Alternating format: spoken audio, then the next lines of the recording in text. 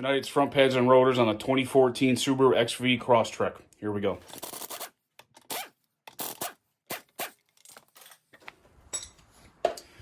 Pull this caliper off. You got two 14mm head bolts, one top and one bottom.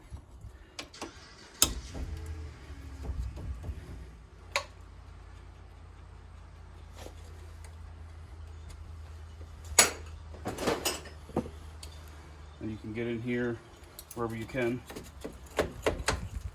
Pry the caliper off. Okay. Sometimes I'll use this. A little more leverage going here. You're stuck. On this car, they're stuck on here pretty good. These are a little overdue.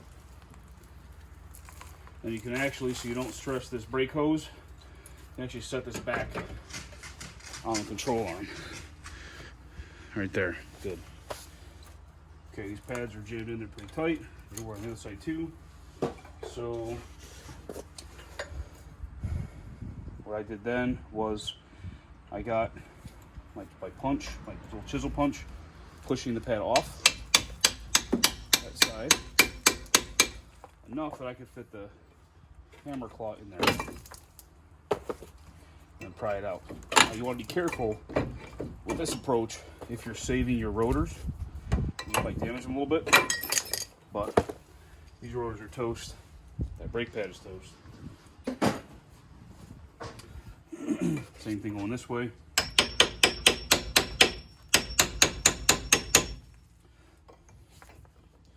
Really stuck on there. There we go. Okay. Now,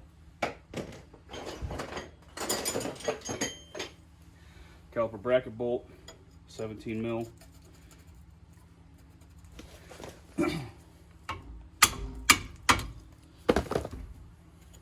It's kind of tough to get a ratchet on this top bolt because there's a strut bolt right behind it.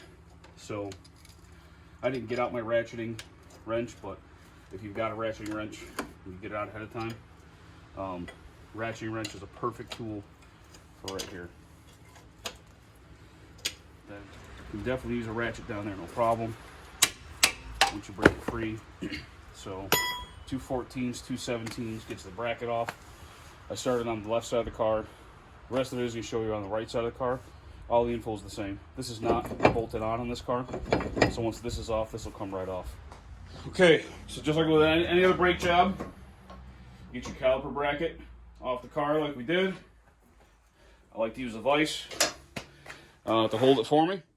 You'll start by pulling off these metal shims.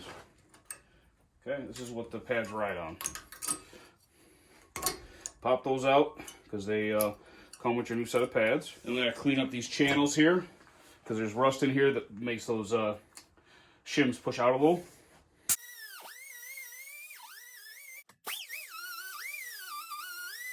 Okay, so in this car you got two different types of shims. Okay. One has got this extra ear here, and see, one does not. See the difference in those? So basically, you got to remember which part of the caliper this came off of, because I'm going to put it back in the same place. In this case, this was the lower caliper bracket, lower part of the caliper bracket, because this part faces down. Yeah. Yep. This part would face down on this side. I'm working on the passenger side right now. So if you get lost, those ears are going to go on the downward facing part of this caliper bracket. So I like to put just a little bit of caliper grease on the back of these things. I don't really think it's absolutely necessary, but maybe it'll prevent a little bit of corrosion behind it. Maybe not. So it goes into the same grooves. You can press it in with your hands. Make sure that it's fully seated, because if it's not fully seated, the pads aren't going to fit right, because the pads ride in those channels. Okay.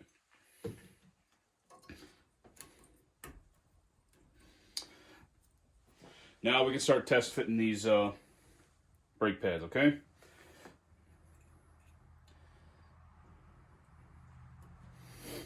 Okay, now I see why that ear is there, okay? The way this pad fits, this feeler, it looks like a feeler, but not really, is actually going to ride on that extra ear. I'll test for this and then I'll show you exactly what's going to happen here. So this is why that extra ear is important. You can see it right there.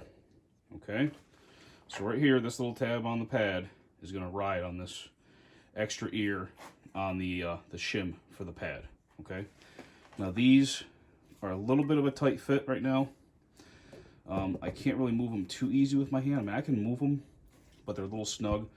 I'm just going to take tiny grinder and just shave a tiny bit off the bottom edge of this little pad ear and the top edge on all 4 ears. Just enough so that I can move this freely with my hand, like, but not that so it won't fall out, you know, but that I can move it freely, because that way I know that these will always slide smoothly in this shim, because when they don't slide smoothly, they bind up and they eat up your pads. So I'll do that now. That moves more freely now. So now when I grease that, when I put it on the car and grease that, I'll feel good about making sure that that doesn't bind up. Some people have commented before that they've never ever adjusted these ears at all. That could be the case. I suppose maybe if you're only working on newer cars, maybe if you only are using the most expensive parts, maybe you're only using dealer parts and they're made to a little bit better specifications. But in order to make these slide smooth like I described, shaving a very small amount off these ears to make sure they're not binding is not a problem. You don't go crazy. If you have to shave a lot off these ears, then you're doing something wrong. You may have the wrong pads, actually, or you didn't clean enough, the bracket clean enough before you started. So we're only doing just a little bit if we ever have to adjust these ears, just a little. Okay, so now we gotta take these pins out one at a time. We'll clean off the old grease. Okay, just a little shot of brake cleaner solvent to make sure we get as much of the old grease off as we can. We're gonna put a little bit of fresh grease on it, and that's also gonna help make sure that we don't get any binding in these pins here this time. That's an important part. It'll really extend the life of your pads and your rotors if everything is moving smoothly like it's supposed to. You really don't want this stuff getting bound up. Creates a lot of heat. Can just start to destroy your stuff. Just makes a mess. So, hit the second pin here quick.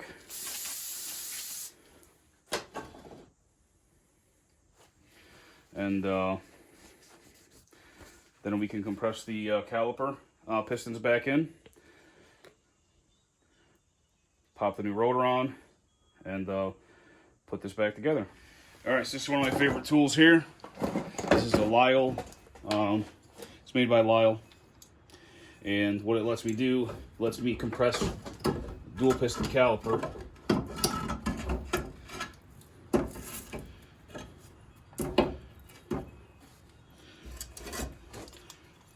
Okay, I've already taken off the brake fluid reservoir cap, just out of habit. So then set this baby up. Works just like a caulk gun, and it'll compress both those pistons at the same time, nice and even. Perfect. Also faster than the turn-in style or a C-clamp. Much faster. It's already done. Drop the new rotor on.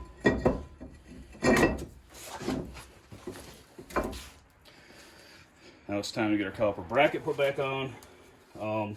This car, the bolts were pretty rusty for the caliper bracket mounting bolts. So I used the same wire brush, clean them up a little bit. If these get bad enough, you might want to just consider replacing these bolts on these Subarus. I'm not sure why they're kind of almost like prone. These bolts are prone to rusting. I don't know what the deal is there, but of course it's also my region, you know, upstate New York, snow and ice and rust and such. So, okay, those are bolted on nice and tight now. So now, take our pads like we had on the bench. Go ahead and give them a little touch of caliper grease on the ears. We're going to contact those slides now. So we're putting them on. Just the contact points for the slides. Then we can just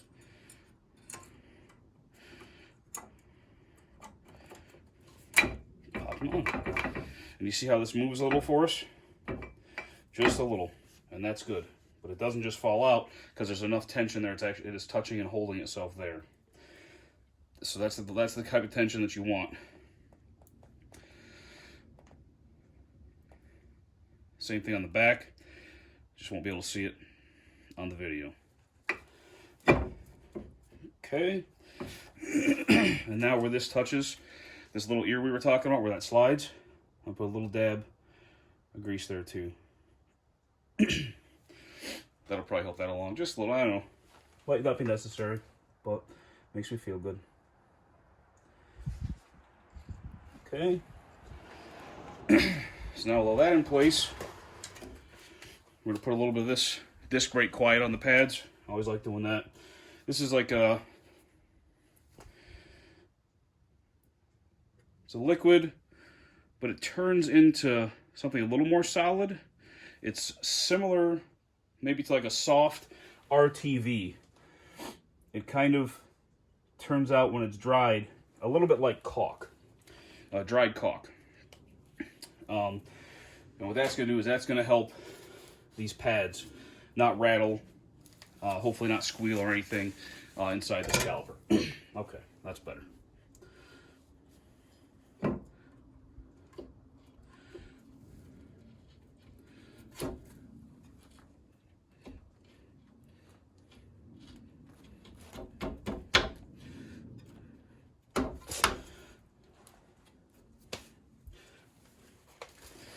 Just use a little dot of anti-seize on these bolts.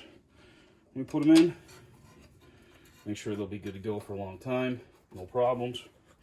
Subarus go for a long time. I'll make sure these bolts do too, if you can.